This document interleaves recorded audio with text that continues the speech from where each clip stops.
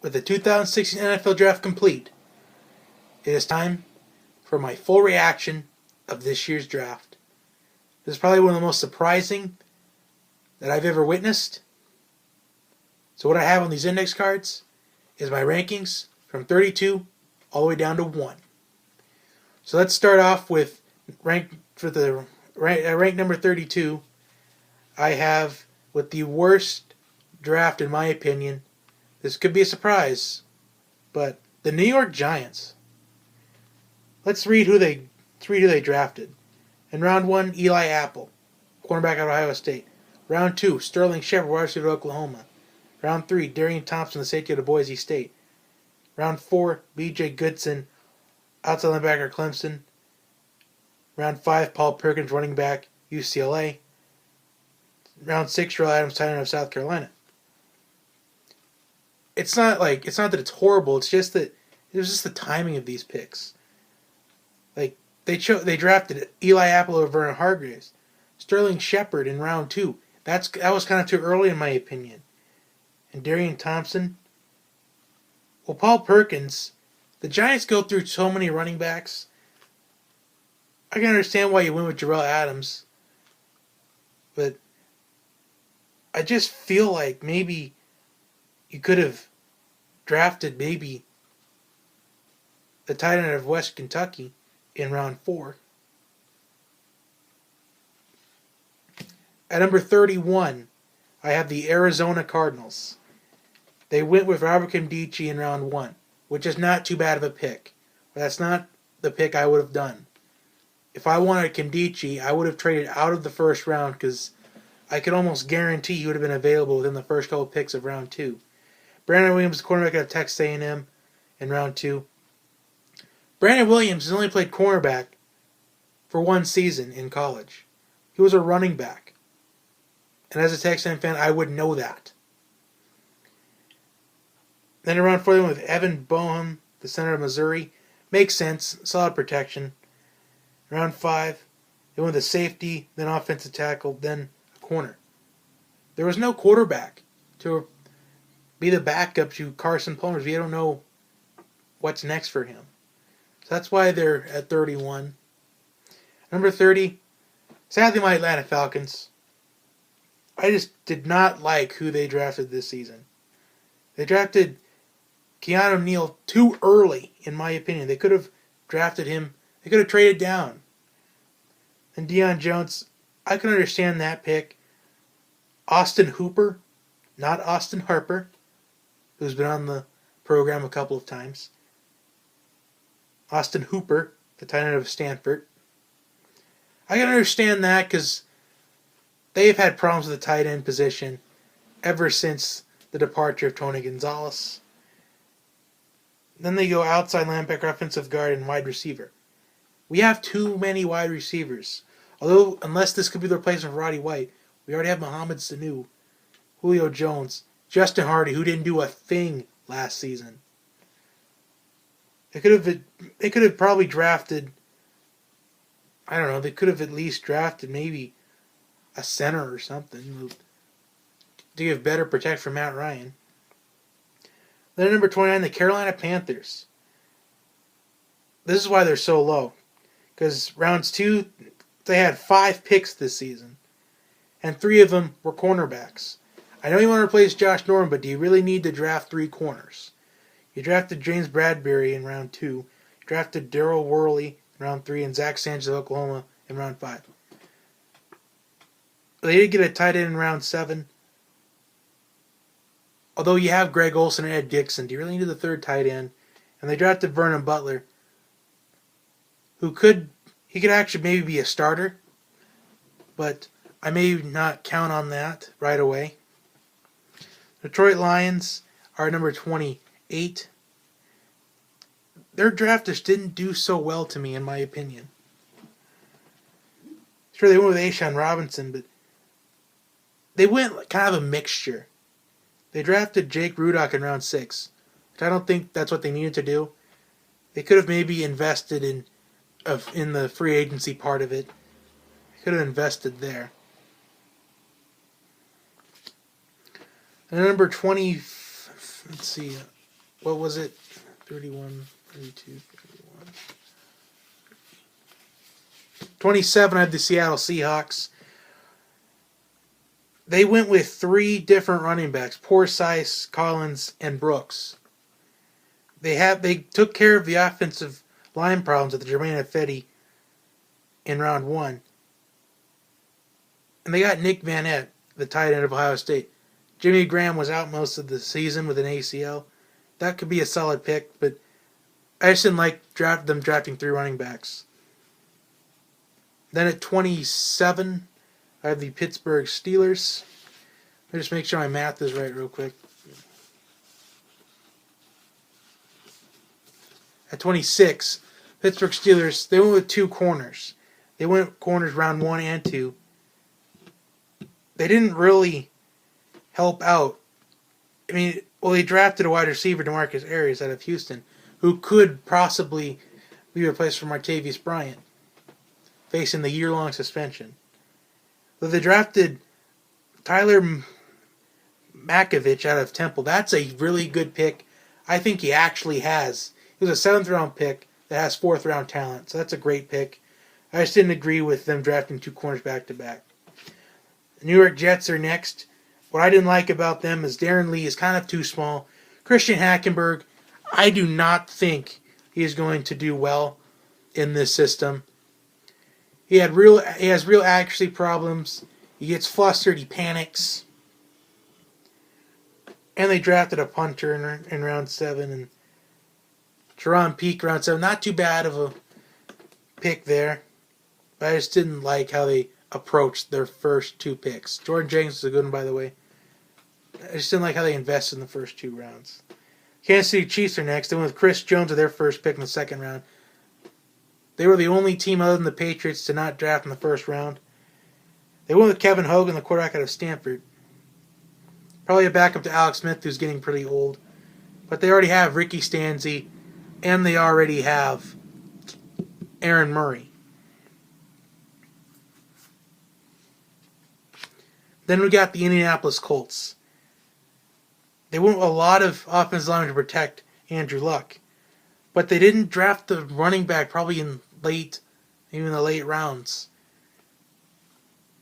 Because I felt like they needed that. The next we got the Saints. They only had 5 picks this year. Sheldon Rankins really good. Michael Thomas, I don't feel like you needed at that moment. Neither did you need Von Bell. They drafted another defensive tackle out of that and then a running back. Feel like you didn't need to do that. That's why they're so low in my opinion. And the Buccaneers. They went with Vernon Hargreaves and Noah Spence. 2 great picks. But then they traded the Kansas City Chiefs 2 picks just to draft Roberto Aguayo, a kicker. I don't want to talk too much about that. Kickers, that was way too early. That's why they're so low. Then we got the LA Rams. They went with Jared Goff, Tyler Higbee, Farrell Cooper, Tim Hemingway, Mike Thomas, Josh Forrest. So there's 2 tight ends in there. And yes, Jared Cook is getting pretty old. But you didn't need 2 tight ends, in my opinion. That's why they're so low. Then we got the Oakland Raiders. So I said, I've been saying all offseason long, if they can draft smart, they can make the playoffs. I don't feel like they drafted smart with Carl Joseph so early. They drafted 2 defensive ends. Then they drafted Connor Cook in round 4. Then DeAndre Washington. Good running back, though, pick. Good pick for a running back. But I just felt like it wasn't that smart for the Oakland Raiders. And I'm sorry that I'm not really going in-depth on these. I just don't want this to be too long of a video. Then we got the Philadelphia Eagles. They went with Carson Wentz, who we were all expecting to. But then they took Wendell Smallwood in the fifth round, which is pretty solid. They didn't do too bad. I put them toward the middle. Not worst or not the best. I put them in the middle. DZ, I hope you're happy with that one. Then we have the Baltimore Ravens. Baltimore Ravens, they drafted a couple. They kind of went all over the board. They went offensive tackle, defensive end, cornerback, wide receiver, offensive tackle, defensive tackle, running back, defensive end. They drafted Keenan Reynolds in the 6th round, who they're probably going to use as a running back or wide receiver maybe even the backup quarterback, because Matt Schaub, not that of a backup, and they drafted another corner. Now we got the Miami Dolphins. I'm sure they were not expecting Laramie Tunsil to be available at this point. But they drafted Xavier Howard over Mackenzie Alexander. That is why they're really low. Then Kenyon Drake. It's not too bad of a pick, but after they went with Xavier Howard, their picks, they went pretty solid. And I hope you can read my handwriting for this. That's what I'll do at the end of the video. I'll just show all the picks they made. That way you can pause it on your team just to look at how it really was. Then it's Cincinnati Bengals. William Jackson, the third, first round. Then Tyler Boyd. They took Andrew Billings in round 4, who I thought was going to be in round 1. They drafted a wide receiver in Cody Core out of Ole Miss in the 6th round. That's going to help them replace Mohamed Sanu. And we got the Chargers. It's not that it's horrible. It's just that they're kind of in the middle because the people they took was kind of too early. Like Joey Bosa, you could have traded down a couple of picks. Same with Hunter Henry in the round 2. He was probably in the 3rd round in my opinion. And Max Turek, kind of too early as well. Joshua Perry, kind of decent. The draft Drew Kidd of Texas A&M. Okay, he's a punter from Texas A&M. I like my Aggies in the NFL, but you could have maybe at least drafted him and you could have at least maybe signed him in the free agency process. And the 49ers. They started off with DeForest Buckner. They were the only team to have 2 picks in round 1. They went with Joshua Garnett. That's what I didn't like about that. This kind of what has the downfall here. They did draft Jeff Driscoll in round 6, who was the best quarterback with the best numbers at the NFL Combine. So this is probably either one of 2 different possibilities. 1, the backup to Colin Kaepernick, or 2, next year's starter. But it's kind of leaning towards being Colin Kaepernick's backup right now. And they drafted Kelvin Taylor, who is indeed the son of NFL legend Fred Taylor. They went with Aaron Burbridge in round 6 as well. Pretty talented wide receiver. I would love to have him on my team. The 49ers did really decent, but they didn't do fantastic. It just doesn't scream potential for me right now. And we got the Washington Redskins. Their first 3 picks with Josh Dodson, Sue Cravens, and Kendall Fuller. Those are marvelous. Then with Keith Marshall in round 7 out of Georgia, the running back. Pretty solid for them. And they got a solid backup too in Nate Sudfeld from Indiana.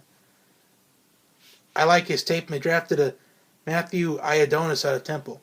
These were great. I put them toward the middle because we don't know what they're going to be like. So it's kind of why they're in the middle. The Titans drafted a lot, especially with Jack Conklin. They improved on all sides of the ball. They got running back Derrick Henry, offensive tackle Jack Conklin, Kevin Dodd, a nice, decent pass rusher. So those are just some of the picks that they did good on. And we got the Chicago Bears. They traded up to get Leonard Floyd. Then Cody Whitehair to protect Jay Cutler. Then they got Deion Bush in the 4th round, the safety. They got Jordan Howard in round 5 out of Indiana, who was possibly going to back up Jeremy Langford. But they do have four running backs now with Jeremy Langford, Kadeem Carey, Jaquiz Rogers, and now Jordan Howard. Now we got the Denver Broncos. They started off with Paxton Lynch. And they got Adam Gostis, who played Australian rules football. So he's a really strong man. Then they got Devontae Booker in round 4. And in the 6th round, I'm only saying this one because most of my viewers live in Nebraska, but in the 6th round, they drafted Andy Janovich, the fullback out of Nebraska. Then we got the Green Bay Packers. Their picks really is improving their defense, who has kind of looked a little mediocre at some points in the last couple of years. Especially, who I think is really going to help him out is Blake Martinez, a linebacker of Stanford. Now, he, in my opinion, is 2nd round talent.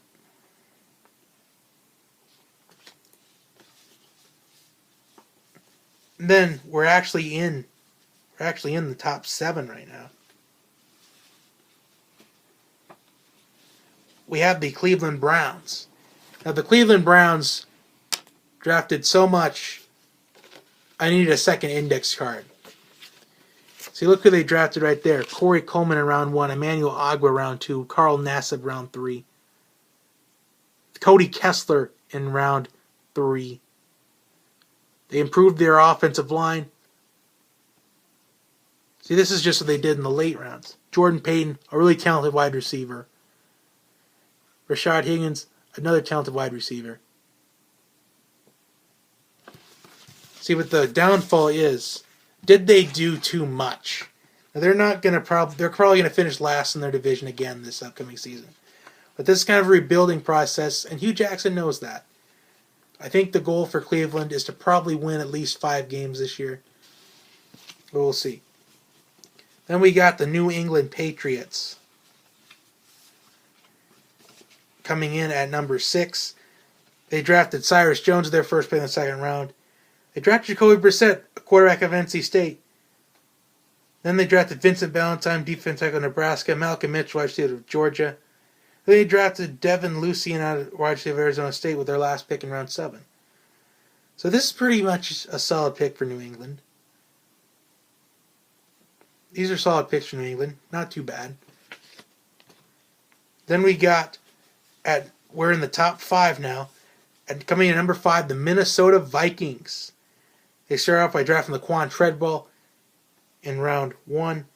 Then Mackenzie Alexander, cornerback out of Clemson, round 2. Willie Beavers, offensive tackle of Western Michigan. Kentrell Brothers out of Missouri. In round 6, they drafted Mortis Boehringer, the wide receiver phenom out of Germany. Now, he's probably going to play. He's not going to be a wideout right away. He's probably going to start on special teams, most likely. And he will eventually work his way to wide receiver. Then they drafted Jaron Kearse, a safety of Clemson.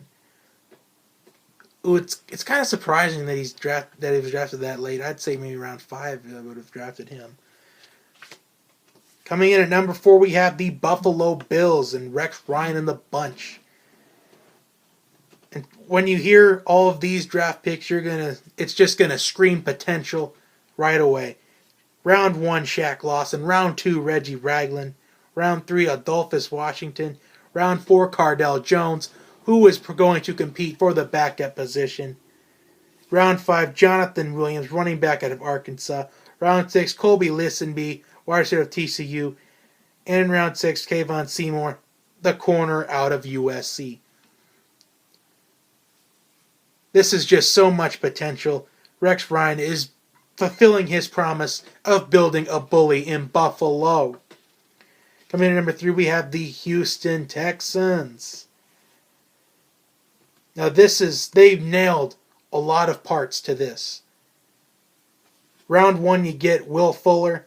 Round 2, you get Nick Martin out of Notre Dame to improve that offensive line to protect Brock Osweiler. You get Braxton Miller, who can be used in all sorts of offensive ways. Tyler Irvin, the running back, pretty solid back to Alfred Blue. KJ Dillon, the safety of West Virginia, and they got DJ Reader, the nose tackle of Clemson. Here's the top 2. The most consensus ones of who did the best in the draft are the Jacksonville Jaguars and Dallas Cowboys. Those are the consensus, the top 2 teams, according to almost everybody. But I think the Jacksonville Jaguars did a little bit better than the Dallas Cowboys. The Cowboys did draft Ezekiel Elliott, the running back of Ohio State. Cowboys fans, you are getting a A+ pick. I know in my round 1 reaction, I only had it as an A-, but I think it's an A+. If you haven't seen it, I'll put the link in the description box below. Put him on your fantasy team next year. I know I'm going to. Especially with how buff that Cowboys offensive line is, how great it is. He will probably be in the running for Rookie of the Year. They took Dak Prescott in round 4, Malik Collins in round 3. They took Rico Gathers, who I think kind of has Jimmy Graham, Antonio Gates vibes, considering he played basketball as well. Then, who I think did the best, the Jacksonville Jaguars, going with getting Jalen Ramsey and Myles Jack and Sheldon Day, and Brandon Allen, who could be a solid backup. That's just a huge win for the Jacksonville Jaguars. I think the Jacksonville Jaguars are going to be able to compete for the division this season. So there it is. I'm sorry the video is too long again. Like and subscribe to the channel. Comment your thoughts. Who was rated too low or too high? Comment that below. I'll see you next time.